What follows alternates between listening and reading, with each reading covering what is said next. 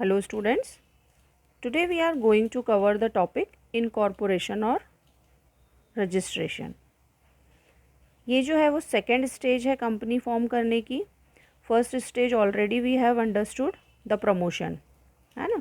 कैसे प्रमोटर के माइंड में आइडियाज़ आते हैं, कैसे वो उसका इन्वेस्टिगेट करके उसमें इन्वेस्टिगेशन के बाद जो रिसोर्सेज होती हैं वो कलेक्ट करते हैं एंड फाइनेंस के आइडियाज़ लगाते हैं, कैसे फाइनेंशियल अरेंजमेंट किए जाएं।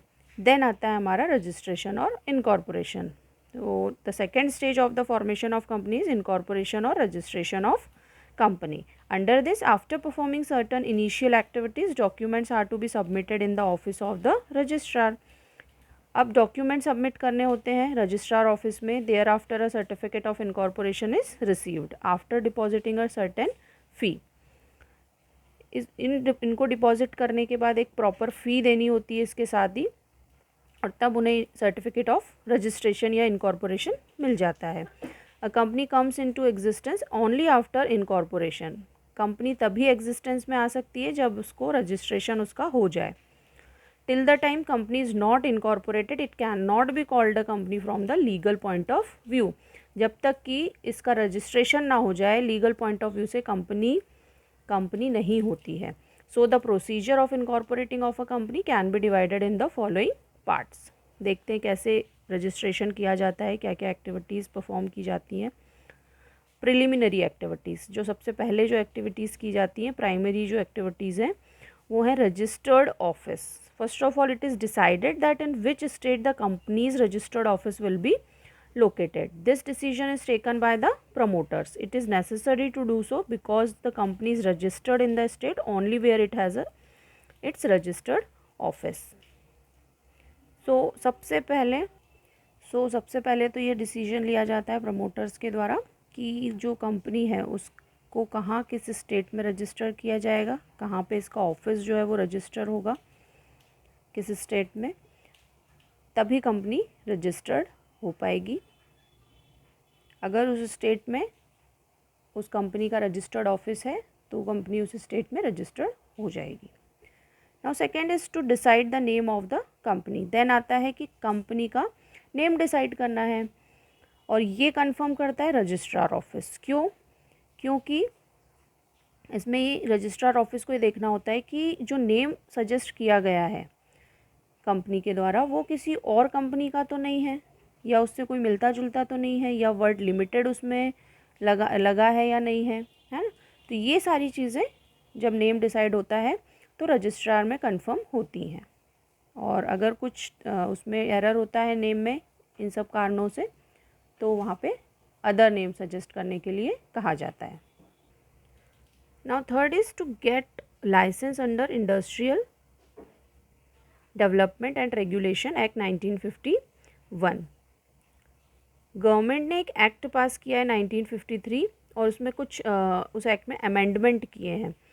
उसमें ये अमेंडमेंट इसलिए किए गए हैं ताकि कंट्री का जो है वो बैलेंस्ड डेवलपमेंट हो सके। अगर कोई कंपनी ऐसा बिज़नेस स्टार्ट करना चाह रही है जिसमें लाइसेंस की ज़रूरत है, जैसे आर्म्स वगैरह के जो बिज़नेस होते हैं या मेडिकेशंस वाले जो बिज़नेस होते हैं जिसमें लाइसेंस की ज़रूरत हो, तो उस प्रिस्क्राइब्ड फ़ी देके वो लाइसेंस लेने के लिए कहा जाता है। Such application should be send to the secretary, और ये एप्लीकेशन लाइसेंस के लिए दी जाती है secretary trade and industry ministry government of India New Delhi को। Now fourth, to make necessary appointments. अब इसमें नेसेसरी अपॉइंटमेंट्स भी किए जाते हैं जो कि underwriters, brokers, bankers, legal advisers, auditors are appointed and the name of people who will be signing memorandum of association are decided. एक document होता है मेमोरेंडम ऑफ एसोसिएशन जो हम पढ़ेंगे आगे, इसमें इन सबके साइंस लगते हैं। ये कंपनी डिसाइड करता है कि किसके साइन इनमें इस डॉक्यूमेंट में लगने वाले हैं। टू मेक नेसेसरी अपॉइंटमेंट्स, अब इसके बाद अपॉइंटमेंट्स के बाद आता है to get the important documents prepared. अब जो इम्पॉर्टेंट डॉक्यूमेंट हैं, जैसे मैंने आपको पहले बताया है memorandum of association and the article of association, ये प्रिपेयर होते हैं और इनको प्रिंटेड किया जाता है। हम इनको डिटेल्ड आगे पढ़ेंगे।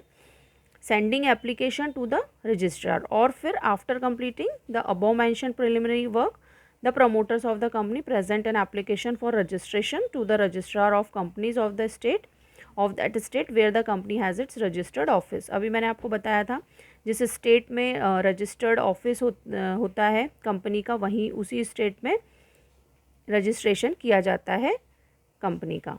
सो ये सारी जो प्रिलिमिनरी एक्टिविटीज़ हैं ये कंप्लीट होने के बाद जो प्रमोटर्स होते हैं वो एक एप्लीकेशन देते हैं रजिस्ट्रेशन की, रजिस्ट्रार जो उस स्टेट का रजिस्ट्रार है उसके स्टेट का. Now documents to be filed with registrar.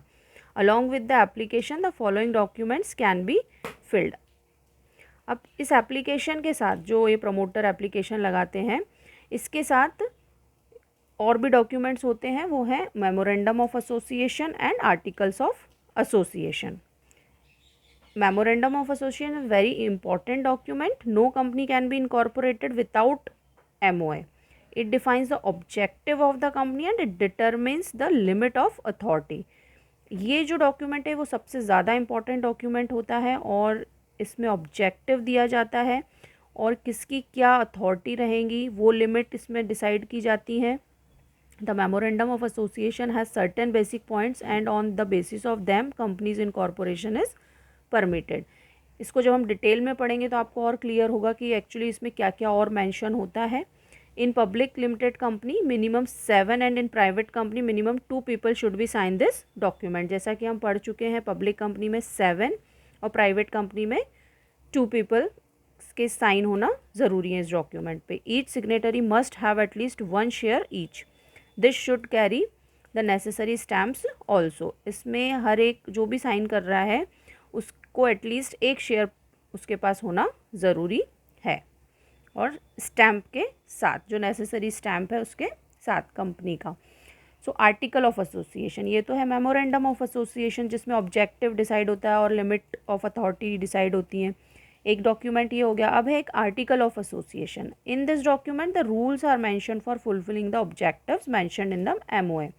अब इसमें क्या होता है, मेमोरेंडम ऑफ एसोसिएशन में तो ऑब्जेक्टिव होता है और अथॉरिटी लिमिटेशन होता है. इसमें जो इस ऑब्जेक्टिव को फुलफ़िल करना है, इस ऑब्जेक्टिव को फुलफ़िल करने के लिए रूल्स मेंशन होते हैं और कंपनी कैसे इन रूल्स के साथ प्रॉपर मैनर में रन होती है. So the article of association should be printed and divided in paras. ये पैराज में डिवाइडेड होती हैं और प्रिंटेड होना चाहिए. Form for a public company it is not necessary to prepare the AOA. If required it can be except table A in the place of the article of association. In this condition, while sending the MOA to the registrar, registered without the article of association should be mentioned. अब इसको public company में necessary नहीं है, ये private company के लिए necessary है. और अगर पब्लिक कंपनी में इस डॉक्यूमेंट को नेसेसरी माना जाता है तो वो एक टेबल ए है जो हम डिस्कस करेंगे, उस कंडीशन में फिल करना होता है. सो इन दोनों को ही हम आगे डिटेल में स्टडी करेंगे. Now third is information about registered office. The information about the place and situation of the company's registered office is also send to the registrar office. कहाँ पर इसका रजिस्टर्ड ऑफिस है, क्या लोकेशन है, क्या place है, वो भी रजिस्टर्ड ऑफिस को बताया जाता है. The information has to be provided within 30 days of the registration. 30 ये इन्फॉर्मेशन 30 days के अंदर दे दी जाती है रजिस्ट्रेशन के. और list of directors, a list of those individuals who have agreed to work as directors of the company is send to the registrar. ये information भी दी जाती कि कौन कौन डायरेक्टर्स हैं इसमें. Names, addresses, other details of these individuals are mention. In case of private company this information is not required. Private company में ये रिक्वायर्ड नहीं क्योंकि उसमें शेयर्स इश्यूज नहीं किए जाते हैं पब्लिक को, that's why. So return consent of directors, अब साथ में रिटर्न कंसेंट ली जाती है हर एक की. In case of private company no such consent is required. लेकिन प्राइवेट कंपनी में ये नेसेसरी नहीं है क्योंकि अभी मैंने आपको बताया कि पब्लिक को इन्वाइट नहीं किया जाता है, that's why. Okay, now next, now 6th point, undertaking regarding qualification shares. Along with the written consent of the directors, another information is also sent in which promise is made by the directors to take qualification shares and making payment for these shares.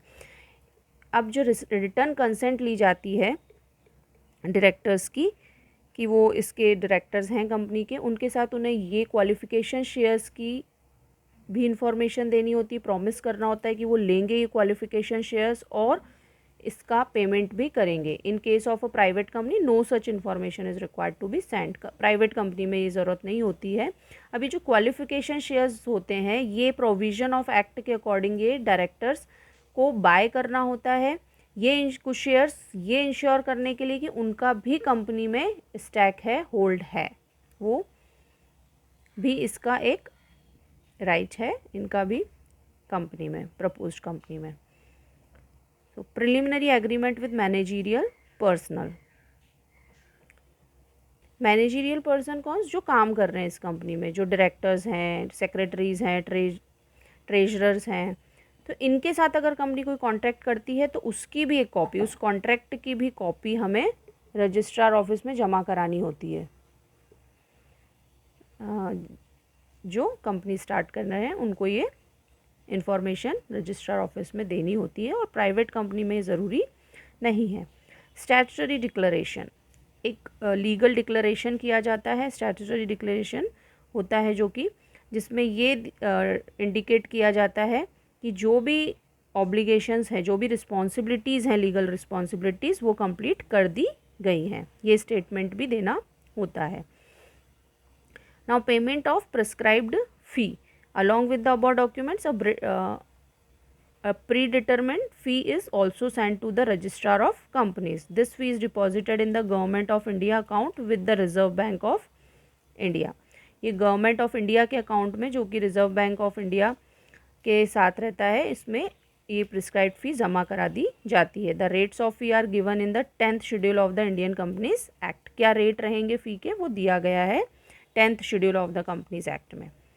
Now, after completion of the above formalities, the registrar checks and inspects the documents related to the incorporation of company। Obvious सी बात है, registrar check करेगा इन सब documents को। If he is satisfied with the completion of the legal formalities under Companies Act 2013, a certificate of incorporation and a CIN corporate identity number is issued to the company। जब वो satisfied हो जाते हैं तो उन्हें certificate of incorporation company का दे दिया जाता है, और एक CIN जो कि एक आइडेंटिफाई नंबर है कंपनी का, वो भी दे दिया जाता है। अब ये सारी चीज़ें कंप्लीट होने के बाद इसके क्या अफेक्ट होते हैं रजिस्ट्रेशन होने के बाद, वो देखते हैं हम। इफेक्ट्स ऑफ इनकॉर्पोरेशन और registration are as follows. Company becomes an incorporated entity, एक तो रजिस्टर्ड कंपनी हो जाती है ये। दूसरा, certificate of incorporation can be presented in court as a proof of existence of company. अब कंपनी ये प्रूफ दे सकती है कोर्ट में कि वो रजिस्टर्ड कंपनी है और ये एक artificial person created by law है। रजिस्ट्रेशन के बाद it's identity is considered separate from its members, और इसकी जो एंटिटी है, इसकी जो आइडेंटिटी है वो सेपरेट है इसके मेंबर्स से। Identity of company becomes permanent and a private company can start its business just after receiving the certificate of incorporation। अगर प्राइवेट कंपनी रजिस्ट्रेशन होने के बाद ही, सर्टिफिकेट ऑफ इनकॉर्पोरेशन मिलने के बाद ही कंपनी स्टार्ट हो सकती है। In next video we will study about the capital subscription.